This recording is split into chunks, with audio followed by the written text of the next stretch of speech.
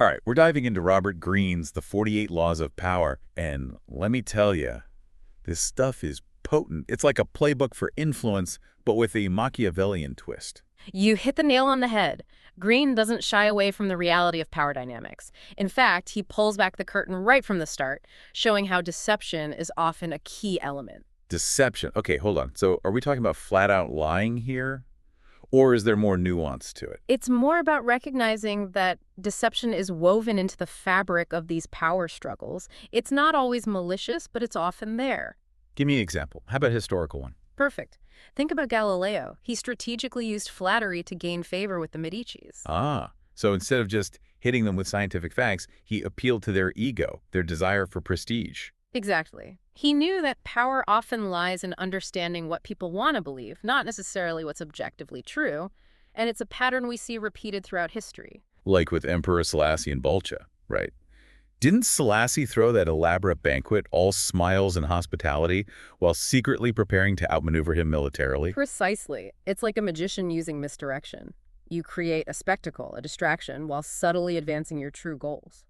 So the takeaway here is that appearances could be deceiving, and manipulation is often more about psychology than brute force. You're getting it. It's about understanding the levers of human behavior and using them strategically.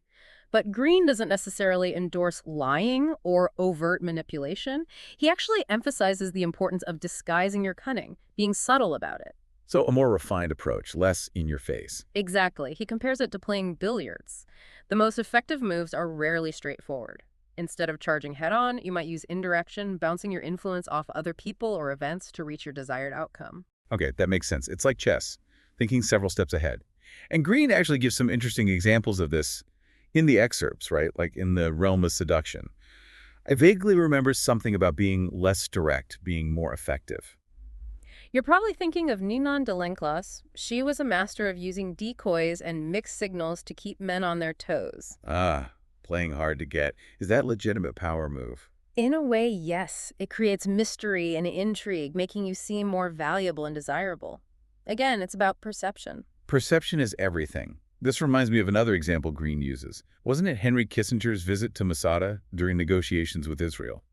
No direct demands or threats, but the symbolism of that location spoke volumes. A perfect example of using symbolism and indirect action to convey a powerful message. Kissinger knew that actions can be more persuasive than words, especially when carefully chosen for their emotional impact. So it's about understanding the power of symbols and using them to shape people's feelings and perceptions. Precisely. It's a subtle form of persuasion, influencing people without them even realizing it's happening. This is fascinating, but it seems like we've been focusing on subtlety and maneuvering. Are there times when a bolder approach is necessary? I think Greene talks about that too, right? He does, and he highlights this by contrasting the stories of Ivan the Terrible and the Athenians. Ivan patiently waited years to consolidate his power before making a decisive move against the boyars. He bided his time, waiting for the perfect moment. Exactly. And then, bam, swift and decisive action. Now contrast that with the Athenians. They overreacted to a perceived threat from the Melians. A little too impulsive, perhaps, letting their emotions get the best of them. You could say that. And it ultimately led to their downfall. So the key takeaway here is that there's a time for calculated boldness, but also a need for restraint and strategic timing. You have to know when to act and when to hold back. It's like that Kenny Rogers song, know when to hold 'em, know when to fold 'em.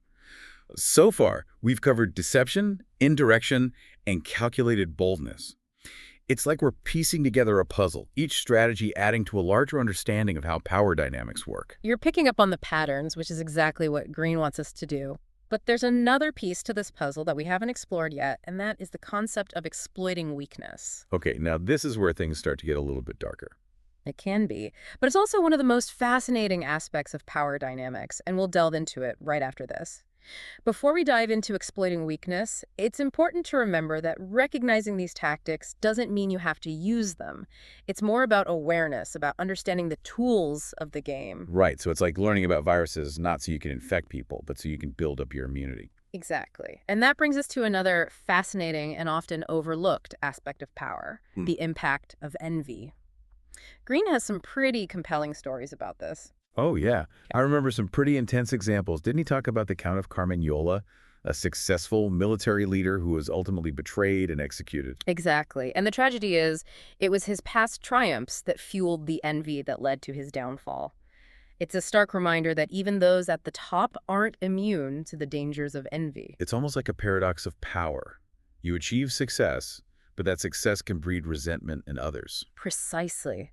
And Greene argues that envy can be a powerful weapon, often wielded by those who feel threatened by someone else's achievements. Remember the story of the architect Van Brugh? Oh, yeah. Wasn't he the one who was basically bullied by the Duchess of Marlborough, all because she couldn't stand his talent? That's the one. She used her wealth and influence to undermine his work, eventually driving him to ruin.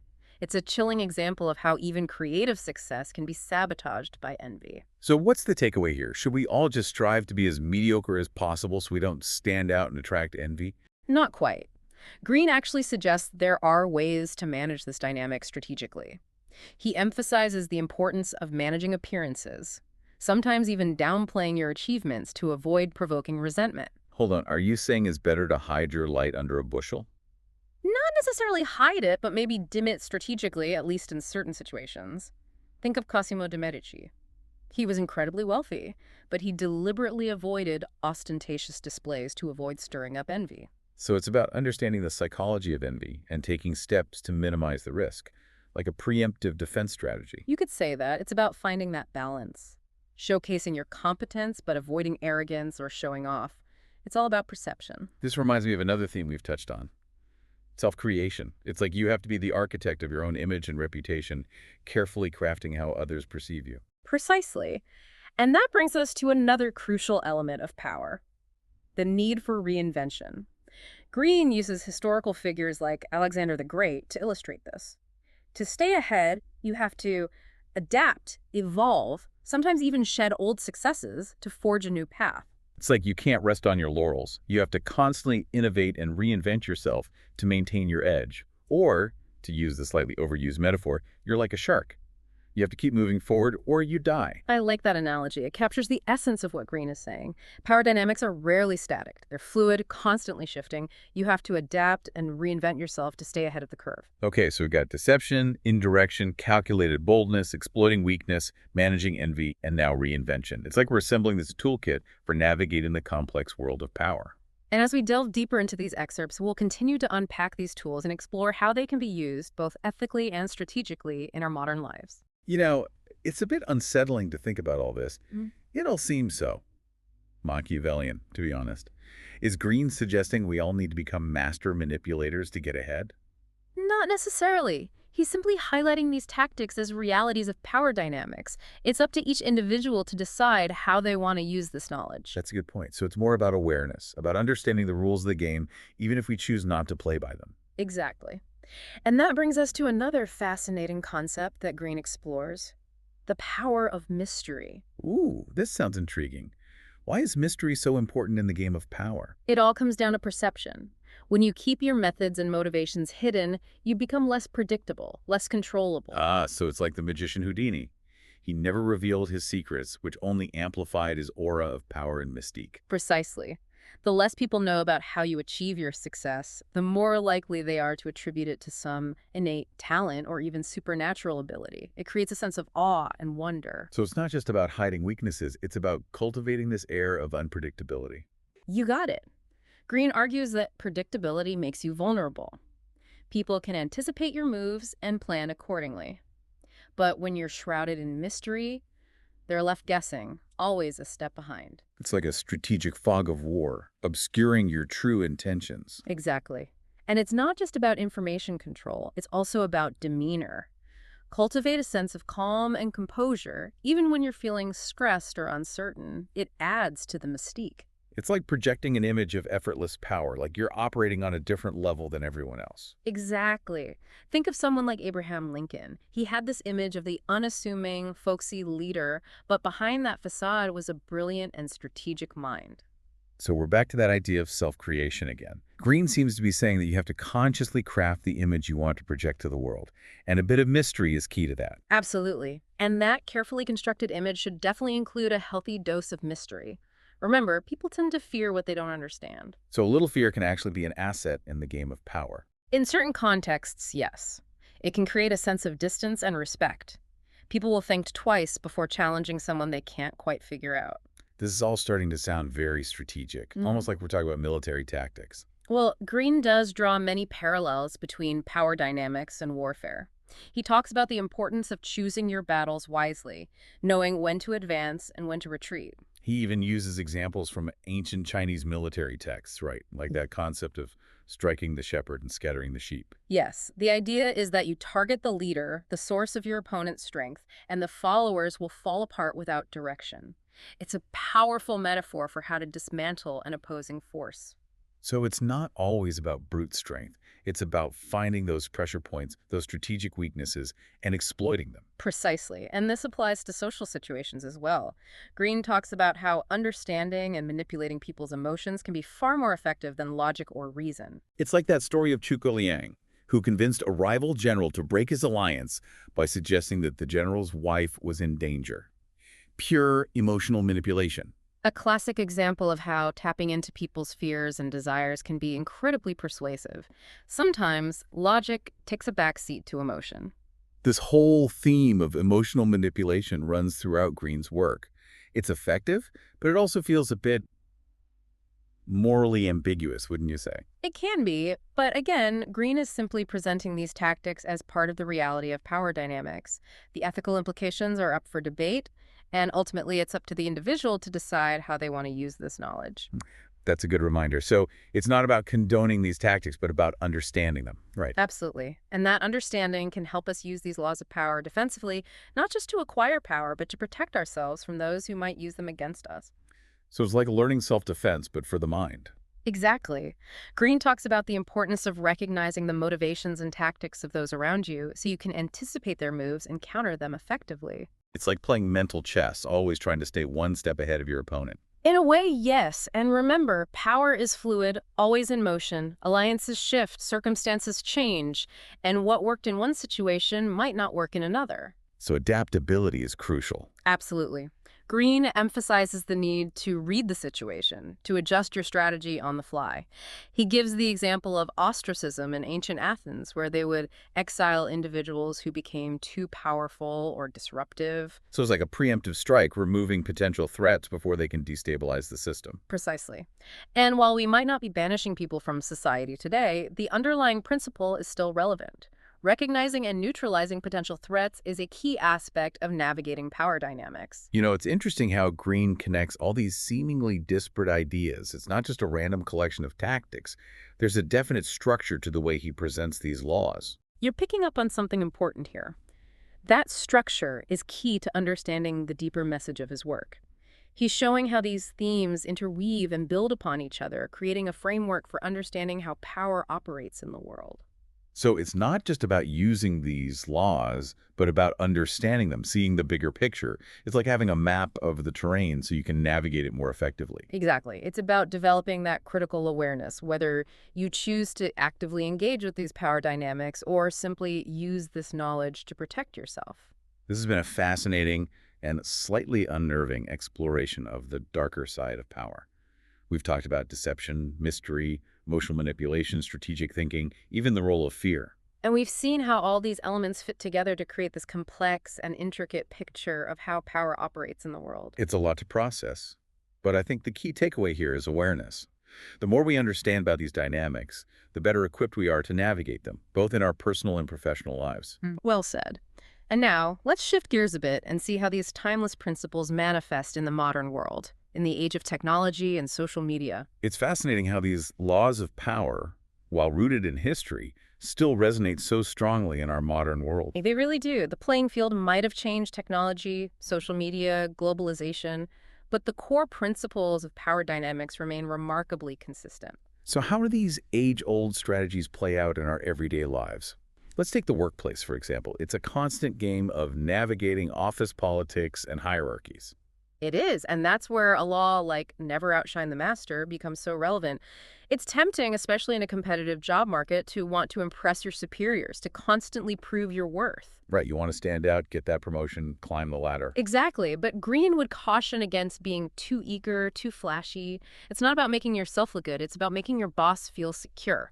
Subtly position yourself as indispensable, but without threatening their ego. So play the supportive role, but make sure they know you're the one holding things together behind the scenes. Exactly. Competence, but with a touch of deference. It's a delicate balance, but mastering it can be key to navigating those corporate hierarchies. Okay, that makes sense. But what about those more, shall we say, intense laws, like the one about creating a cult-like following? Does that even apply in a regular workplace?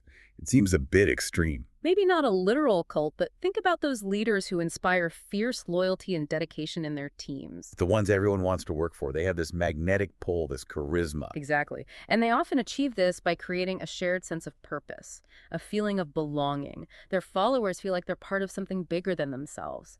It's not about manipulation, but about genuine inspiration. So instead of demanding obedience, you create an environment where people are genuinely enthusiastic about following your lead. Precisely. And this principle applies beyond the workplace, too. Building a brand, leading a movement, it's about connecting with people on an emotional level, giving them something to believe in. This has given me a whole new perspective on leadership. But so far, we've mainly focused on acquiring and wielding power. What about protecting ourselves from those who might use these tactics against us? That's where understanding these laws defensively becomes crucial. And in the age of social media, it's more important than ever. Oh yeah, social media is a whole other beast. Everyone's building their personal brand, curating their image, vying for attention. And that's where the concept of managing appearances takes center stage. Think about how much effort people put into crafting the perfect online persona. It's like everyone's living their best life, even if it's all smoke and mirrors. Exactly. And it ties directly into Greene's idea of creating a memorable character. In a digital world saturated with content, you need to stand out to create an image that grabs people's attention. So it's not enough to just be yourself online. You have to create this amplified, idealized version of yourself. To a certain extent, yes. You have to play the game, even if the rules feel a bit artificial. But remember, authenticity can also be a powerful tool. It's about finding that balance. Finding that sweet spot between presenting a compelling image and staying true to yourself. Precisely. It's about using these tools strategically, but also ethically. And that's the key takeaway I want to emphasize. Understanding the 48 laws of power isn't about becoming some Machiavellian mastermind manipulating everyone around you. It's more about self-awareness, right? Mm, Understanding the forces at play so you can navigate them more effectively. exactly. It's about recognizing these tactics when they're being used, whether for good or for ill, and choosing how you want to respond. Do you play the game? Do you use these principles defensively? Or do you find a different path altogether? The choice is yours. This deep dive has been a real eye-opener. It's made me think about power in a whole new way. A bit intimidating, but also empowering. Knowledge is power, as they say, and the more we understand about these dynamics, the better prepared we are to navigate them, whether in our careers, our relationships, or even just our online interactions. It's like having this secret decoder ring for the human experience. Love that analogy. So to sum it up for our listeners, you've gotten a crash course in Robert Greene's The 48 Laws of Power. We've explored these strategies, some might say ruthless, and how they can be used, for better or worse. We've seen how these principles transcend time and context, applying as much to ancient empires as they do to modern workplaces and even our social media feeds. The takeaway. Be aware, be strategic, and above all, choose to wield your power wisely. And hey, if you ever find yourself facing a Machiavellian mastermind, you'll at least be able to recognize the game they're playing. Or maybe even play it yourself. Who knows? Thanks for joining us on this deep dive. Always remember, knowledge is power, and you've just gained a whole lot of it. Well said. Until next time, keep exploring, keep questioning, and keep pushing the boundaries of your own understanding.